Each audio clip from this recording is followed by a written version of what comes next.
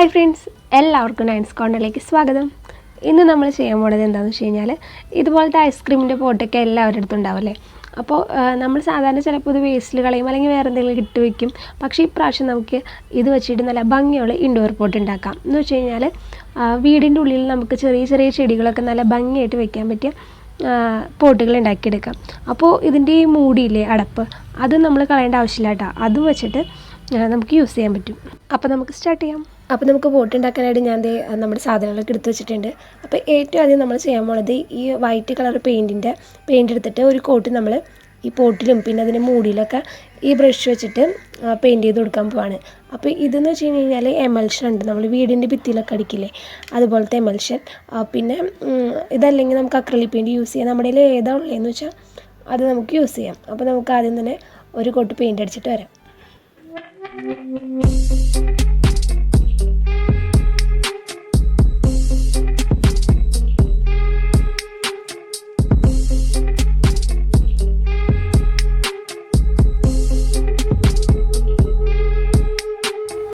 ഇപ്പോൾ നമ്മൾ ഒരു പോട്ടിൽ ആദ്യത്തെ കോട്ട് പെയിൻ്റൊക്കെ ചെയ്ത് കഴിഞ്ഞു. ഇനി നമുക്കിത് ഡ്രൈ ആവാൻ വെച്ചിട്ട് ബാക്കി എല്ലാ പോട്ടിലും ഒക്കെ പെയിൻറ്റ് ചെയ്തെടുക്കാം.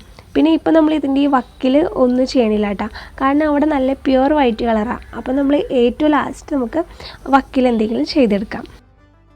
അപ്പോൾ നമ്മൾ എല്ലാ പോട്ടിലും പെയിൻറ്റ് ചെയ്ത് അതൊക്കെ ഡ്രൈ ആയി കിട്ടി.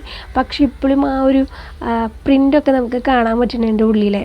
അപ്പം നമുക്ക് ഒരു സെക്കൻഡ് കോട്ട് കൂടി നമുക്ക് പെയിൻറ്റ് ചെയ്ത് കൊടുക്കാം. അപ്പോൾ നമുക്ക് ആ പ്രിൻ്റൊക്കെ പോയി നല്ല വെള്ള കളർ കിട്ടും.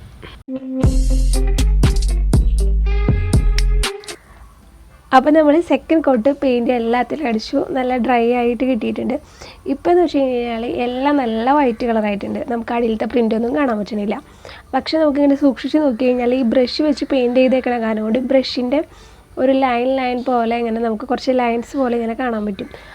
അപ്പോൾ നമ്മൾ അത് ഒഴിവാക്കാൻ വേണ്ടിയിട്ട് കുറച്ചും കൂടി ഒരു അട്രാക്റ്റീവായിട്ട് ഇരിക്കാനൊക്കെ വേണ്ടിയിട്ട് നമ്മൾ വേറൊരു കാര്യം കൂടി ചെയ്യാൻ പാടും. നമ്മൾ ഈ ടെക്സ്ചറിങ് ചെയ്യണ പോലെ, ഭിത്തിയിലൊക്കെ ടെക്സ്ചറിങ് ചെയ്യണ പോലെ നമ്മൾ ഒരു സ്പോഞ്ച് വെച്ചിട്ട് ഈ പെയിൻറ്റിൽ അത് മുക്കിയെടുത്തിട്ട് പതുക്കെ ഇങ്ങനെ പ്രസ് ചെയ്ത് കൊടുക്കാൻ പോവാണ്. അപ്പോൾ നമുക്കൊരു ചെറുതായിട്ടൊരു ടെക്സ്ചറിങ് പോലെ നമുക്ക് ഈ പോട്ടിൽ കിട്ടും. ഈ ടെക്സ്ചറിങ് ചെയ്യുന്ന സമയത്ത് നമ്മൾ ഈ പെയിൻറ്റ് വെള്ളമൊന്നും ചേർത്ത് ലൂസാക്കാണ്ട് കുറച്ച് ടൈറ്റായിട്ടുള്ള കൺസിസ്റ്റൻസിയിൽ തന്നെ യൂസ് ചെയ്യണതായിരിക്കും കേട്ടോ നല്ലത്. അല്ലാന്ന് വെച്ച് കഴിഞ്ഞാൽ നമ്മൾ ചിലപ്പോൾ വിചാരിക്കണ പോലെ അത് കിട്ടിയെന്ന് വരില്ല.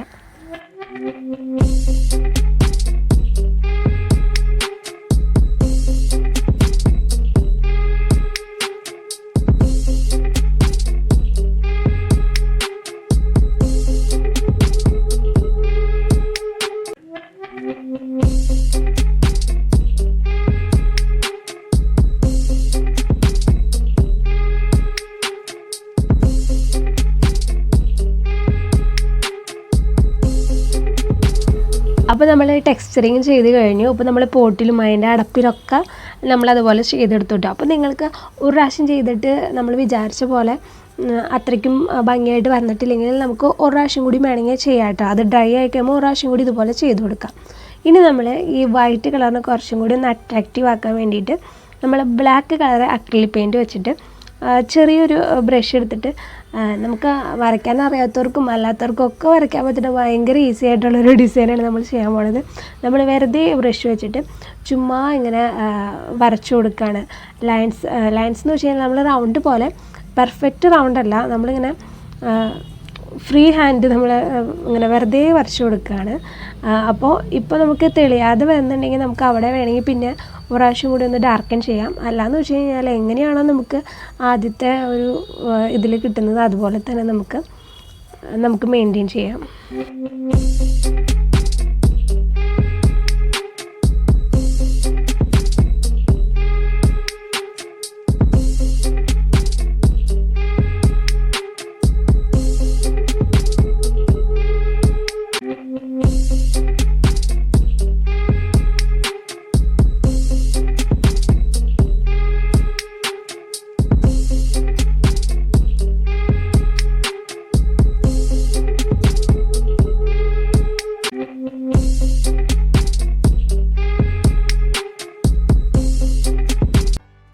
അപ്പോൾ നമ്മുടെ പെയിൻറ്റിങ്ങിൻ്റെ എല്ലാ പരിപാടിയും കഴിഞ്ഞു, എല്ലാം ഡ്രൈ ആയിട്ട് കിട്ടിയിട്ടുണ്ട്. അപ്പോൾ ഇനി നമുക്ക് അതിൻ്റെ അടിഭാഗത്ത്, പോട്ടിൻ്റെ അടിഭാഗത്ത് കുറച്ച് ഹോൾസ് ഇട്ട് എടുക്കാം. അപ്പോൾ ഹോൾസ് ഇടാനായിട്ട് എന്തെങ്കിലും ഒരു ഷാർപ്പായിട്ടുള്ള സാധനം എടുത്തിട്ട് ചൂടാക്കിയിട്ട് അതുകൊണ്ട് നമുക്ക് സിമ്പിളായിട്ട് ഹോൾസ് ഇടാവുന്നേ ഉള്ളൂ. അപ്പോൾ എക്സസ് ആയിട്ടുള്ള വെള്ളമൊക്കെ ഹോളിൽ കൂടെ പുറത്തേക്ക് പോയിക്കോട്ടെ. പിന്നെ നമ്മൾ സ്റ്റാർട്ടിങ്ങിൽ ഈ വക്കിലൊന്നും ചെയ്തിട്ടുണ്ടായിരുന്നില്ലല്ലോ, അപ്പോൾ ഏറ്റവും അവസാനം നമ്മൾ ആ വക്കിലും കൂടി ടെക്സ്ചറിങ് ചെയ്തു കേട്ടോ. ഇനി നമുക്ക് ഇതിനകത്ത് കുറച്ച് മണ്ണൊക്കെ ഇട്ടിട്ട് എന്തെങ്കിലും പ്ലാന്റൊക്കെ വെച്ച് കൊടുക്കാം.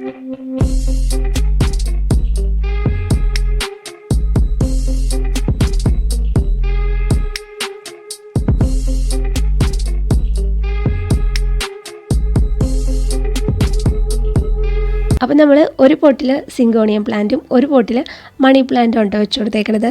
പിന്നെ നമ്മൾ ഇപ്പോഴേ കുറച്ച് വെള്ളം ഒഴിച്ച് നനച്ച് കൊടുത്തിട്ടുണ്ട്.